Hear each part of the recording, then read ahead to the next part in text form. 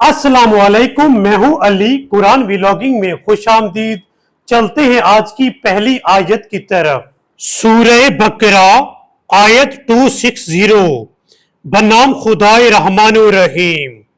اور وہ واقعہ یاد کرو جب ابراہیم نے کہا تھا، میرے پروردگار مجھے دکھا کہ تو مردوں کو کیسے زندہ کرتا ہے۔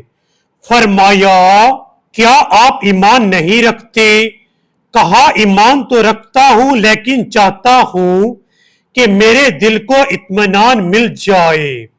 فرمایا، پس 4 پرندوں کو پکڑ لو، پھر ان کے ٹکڑے کرو، پھر ان کا ایک ایک حصہ ہر پہاڑ پر رکھ دو، پھر انہیں بلاؤ، وہ تیزی سے آپ کے پاس چلے آئیں گے، اور جان رکھو اللہ بڑا غالب آنے والا حکمت والا ہے۔ ناظرین، قرآن مجید کی اس آیت میں ارشاد ہے کہ حضرت ابراہیم علیہ السلام نے اللہ سے کہا، پروردگارا مجھے بتا کہ تو مردوں کو کیسے زندہ کرے گا۔ تب اللہ تعالیٰ نے فرمایا کہ اے ابراہیم، تم 4 پرندے لو اور ان کے ٹکڑے ٹکڑے کرو، اور ہر ٹکڑے کو مختلف الگ الگ پہاڑوں پہ رکھ دو، اور جب تم انہیں آواز دو گے تو وہ پرندوں کی شکل میں تمہارے پاس اڑتے ہوئے آئیں گے، اور اللہ تعالیٰ آخرت میں بے شک تمام انسانوں کو ایسے ہی زندہ کرے گا۔ اب چلتے ہیں قرآن مجید کی اگلی آیت کی طرف۔ جو لوگ اپنا مال راہ خدا میں خرچ کرتے ہیں، ان کے مال کی مثال اس دانے کی سی ہے جس کی 7 بالیاں اگ آئیں، جن میں سے ہر بالی کے اندر 100 دانے ہوں، اور اللہ جس کے عمل کو چاہتا ہے دگنا کر دیتا ہے۔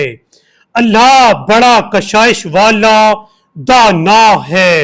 ناظرین، قرآن مجید کی اس آیت میں اللہ تعالیٰ نے فرمایا ہے کہ اے لوگو، جو مال تم راہ خدا میں خرچ کرتے ہو اس کی مثال ایک دانے کی سی ہے کہ اگر تم ایک دانہ زمین میں بو اور اس سے پودا نکلے، اور اس پودے پر 7 بالیاں ہوں، اور ہر بالی میں 100 دانہ ہو، یعنی ایک دانے سے اللہ 100 دانے انسان کو واپس کرتا ہے۔ یعنی اگر انسان 1 روپیہ یا 1 دانہ اللہ کی راہ میں خرچ کرتا ہے تو اللہ اسے 700 گنا بڑھا چڑھا کر انسان کو واپس کرتا ہے۔ اس لیے ہمیں چاہیے کہ اللہ کی راہ میں زیادہ سے زیادہ مال خرچ کیا کریں۔ اب چلتے ہیں قرآن مجید کی اگلی آیت کی طرف۔ جو لوگ اپنا مال راہ خدا میں خرچ کرتے ہیں اور خرچ کرنے کے بعد نہ احسان جتاتے ہیں نہ ایذا دیتے ہیں، ان کا صلہ ان کے پروردگار کے پاس ہے، اور انہیں نہ کوئی خوف ہوگا اور نہ وہ محزون ہوں گے۔ ناظرین، قرآن مجید کی اس آیت میں اللہ تعالیٰ نے فرمایا ہے کہ اے لوگو، اگر تم راہ خدا میں مال خرچ کرو تو تمہیں چاہیے کہ لوگوں کو بعد میں اس مال کے لیے نہ جتلاؤ، بے شک صرف اللہ کے لیے اپنا مال خرچ کیا کرو۔ اس لیے ہمیں چاہیے کہ جب ہم راہ خدا میں مال خرچ کریں تو ہم للہ کیا کریں، یعنی صرف اللہ کی رضا کے لیے مال خرچ کیا کریں، اور کسی پر احسان نہ جتلایا کریں۔ ناظرین، آج کے ویلاگ میں بس اتنا ہی۔ آپ سے ملتے ہیں اگلی ویڈیو میں، تب تک کے لیے اللہ حافظ۔